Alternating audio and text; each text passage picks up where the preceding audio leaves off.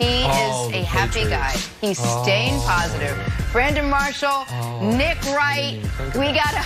I'd forgotten. We got a bunch of. Hey, we got a week left in the NFL and still so many questions to be answered. Maybe, perhaps not last night. Why don't we start there first? Monday Night Football, Bills, Patriots. More like Bills. A week after wrapping up the AFC East, how about Buffalo putting a little cherry on top with a good old-fashioned beatdown of New England? Sorry, Wilds. 4 touchdowns for Josh Allen. Another big night for him is the Bills completing the first season sweep of the New England Patriots in 1999 when a certain reporter on this show was covering that Bills team. I'll let you guess who. It was me. Bills cruise on Monday night, 38-9. Brandon, why don't we start with the Bills angle first? And let's start with Josh Allen. You've been on Josh Allen's bandwagon for a number of weeks now. Is he proving he can carry this team to a Super Bowl? I think he is. I said it yesterday that this is the only team that can contend with the Kansas City Chiefs, right? Like, and I talk about their offense, what they can do offensively, and how they can keep up with the Chiefs. And defensively, they started out this season with some huge problems on the defensive line. They were beat up at the linebacker position. They were beat up at the cornerback position. They get healthier. Leslie Frazier gets hot. And now you're seeing a team that can contend. This is a really good team. Josh Allen looked phenomenal last night. Stephon Diggs looked phenomenal last night. Brian Daboll, who I've been talking about for a couple of weeks, looked phenomenal last night. This looks like a team that is ready to play ball and that's going to be dangerous in the postseason. I really like what I'm seeing out of the Buffalo Bills, and I'm really liking what I'm seeing out of Josh Allen. You know, this is a kid that was drafted, in the first round, 7th overall pick in 2008, coming in with so many question marks, inconsistencies all over the board. But now we're looking at this kid of probably being a top 4 quarterback in the National Football League. When you look at the numbers, he's completing more passes. His completion percentage is higher than Patrick Mahomes. He's right there from a quarterback QBR rating, right there with Patrick Mahomes. This dude is phenomenal. If he can continue to protect the ball, the Buffalo Bills not only will be good in the playoffs, but also for years to come because Josh Allen is that good. All right, so let's talk about Josh Allen because last night, obviously, he was exceptional. And there is no equivocation. There is no but with that. He was great last night. And it was, I would argue, his 5th great, like not just good, but great game of the season. And when he plays like that and the Bills look like that, of course they look like a contender. So, Nick, why do you not believe in the Bills? Why do you think the idea that he is a top 4 quarterback, like my mind is blown by, and Brandon's not the only person saying that. Right now he's 3rd in MVP odds behind obviously Mahomes and Rodgers. And here's why. Because as much as the Bills Mafia and Bills fans will try to pretend this is not true, what is unequivocally true about Josh Allen this year, not historically, not the playoff game where he's throwing over-the-head laterals, this year is week to week, you do not know what you're going to get. This is his passer rating by game. If you took just his 5 best games of the year, he'd be the league MVP. If you took his 5 worst games of the year, he'd be a bottom 5 starting quarterback by passer rating. And for the Buffalo Bills to make the Super Bowl, he is going to need 3 consecutive games. Forget win the Super Bowl, just make it 3 straight games where that chart is way above that 100 level.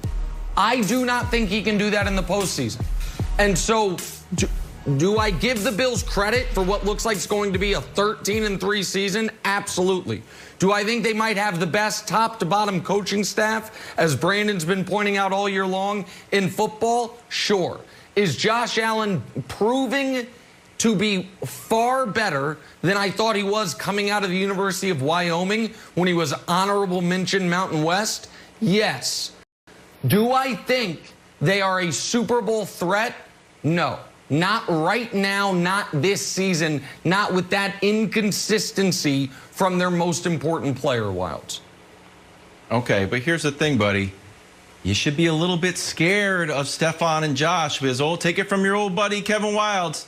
I wasn't scared of the Bills for 20 years. And there was a play last night. It was an incompletion with J.C. Jackson that happened here. And I was like, oh, no, J.C., you should be in the Pro Bowl, but don't do this. Don't do this. Next thing you know, touchdown city, Brandon. Went for 3 touchdowns, 145 yards. He does even a little trash talk here, and thankfully he stumbles to not further humiliate. He's like, I'll try a little bit of stumble, or it would have been worse.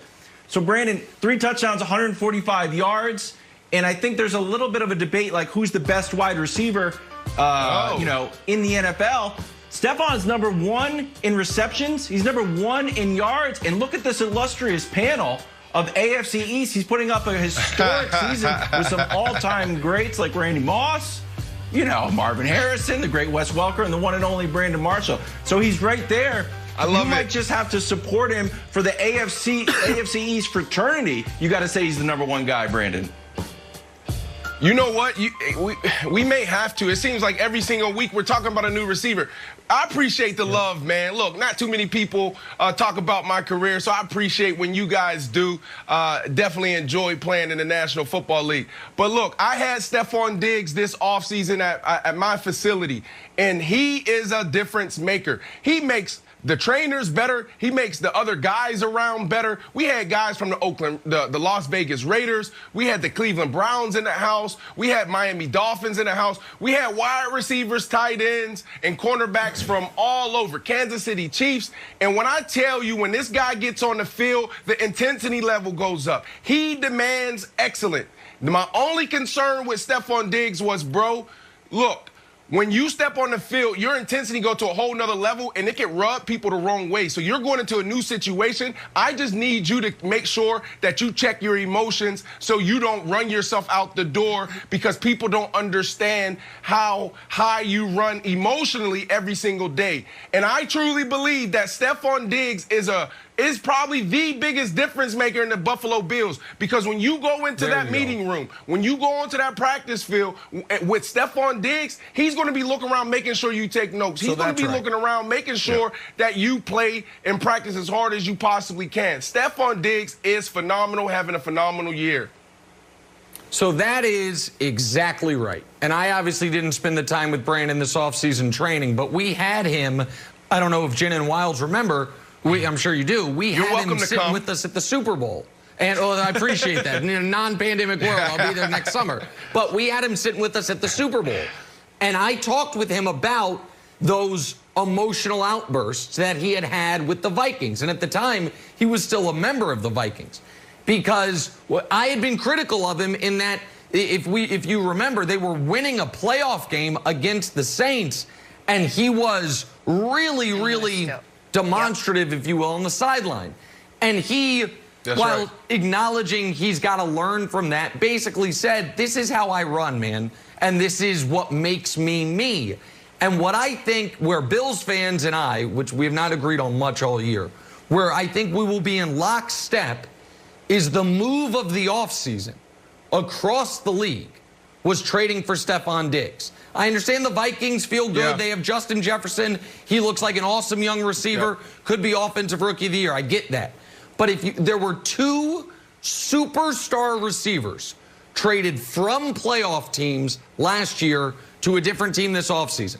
The Houston Texans won a playoff game last year with DeAndre Hopkins. They traded him to Arizona. Houston right now has a bottom 5 record in football. Arizona's on the cusp of making the playoffs. The Vikings won a playoff game last year. They traded Stephon Diggs away. The Bills went from eking into the playoffs and losing in round 1 to now it looks like a 13-3 season with a guy with 1 week left is leading the NFL in receiving yards. So I know there's been this narrative for a long time. Oh, superstar receivers. They don't impact winning. Randy doesn't have a Super Bowl. T.O. doesn't have a Super Bowl. Okay, but it's nonsense. Those two guys have directly impacted winning on a fundamental level for the Cardinals and the Bills, and they have changed the course of those two teams' seasons from the offseason trade that was made, Brandon.